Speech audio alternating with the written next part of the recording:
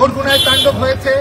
আমরা শুধু আজকে এখানে আমরা শপথ নিতে চাই, জাতির জনক বঙ্গবন্ধু শেখ মুজিবুর রহমানের প্রতিকৃতিতে যারা নির্লজ্জভাবে, অনৈতিকভাবে তাদের প্রতিহিংসা চরিতার্থ করার জন্য আজকে যারা স্বাধীনতা ঘোষণা করার কথা বলে, আমাদের প্রিয় স্বাধীনতা যার নেতৃত্বে হয়েছিল তাকে যে অবমাননা করা হয়েছে, পাশাপাশি আমাদের আজকে সবচেয়ে লজ্জার বিষয়, প্রত্যেকটা মানুষের ব্যক্তিগত একটা সম্ভ্রম থাকে।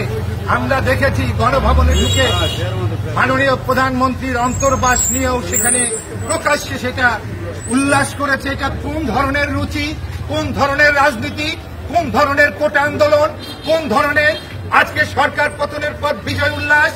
আমরা ঐক্যবদ্ধ থাকব। বঙ্গবন্ধু, বাংলাদেশ, শেখ হাসিনা, স্বাধীনতা, সার্বভৌমত্ব আমরা রক্ষা করব এবং সকলকে ধৈর্য ধারণ করে সারা বাংলাদেশের ন্যায় বরগুনাতেও আমরা বলবো সকলে আমরা ঐক্যবদ্ধ থাকব। ঐক্যবদ্ধ থেকে আমরা বরগুনাকে শান্ত করব। আমাদের সকলকে পাড়ায় পাড়ায়, মহল্লায় মহল্লায় পাহারা দিতে হবে, যাতে করে আর কোনো ডাকাতি না হয়, লুটতারাজ না হয়, ধ্বংসযজ্ঞ না চালাতে পারে। এই বিষয়ে সকলকে সজাগ থাকতে হবে, সকলকে মাঠে নামতে হবে, মাঠে নামতে হবে। আমি আহ্বান করব, ঘরে বসে থাকলে আরো ভাঙচুর, আরো ধ্বংসযজ্ঞ, আরো লুটতারাজ হবে।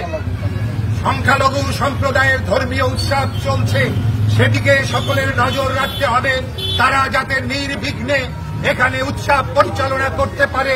আজকের এখানে যারা ঐক্যবদ্ধ আছেন, আমরা যারা আছি, আমরা দেখেছি ধ্বংসের নমুনা, আমরা দেখেছি বিভৎসতার চেহারা, আমরা দেখেছি প্রতিহিংসার চিহ্ন। এই সকল কিছুকে আমরা মোকাবেলা করতে চাই ভালোবাসা দিয়ে, মমত্ববোধ দিয়ে, দেশপ্রেম দিয়ে। আমরা ঐক্যবদ্ধ থেকে বরগুনা, এই দক্ষিণ এরিয়ার, দক্ষিণ বাংলার তিলোত্তমা নগরী বরগুনাকে আমরা শান্ত করবই করব ইনশাআল্লাহ। জয় বাংলা।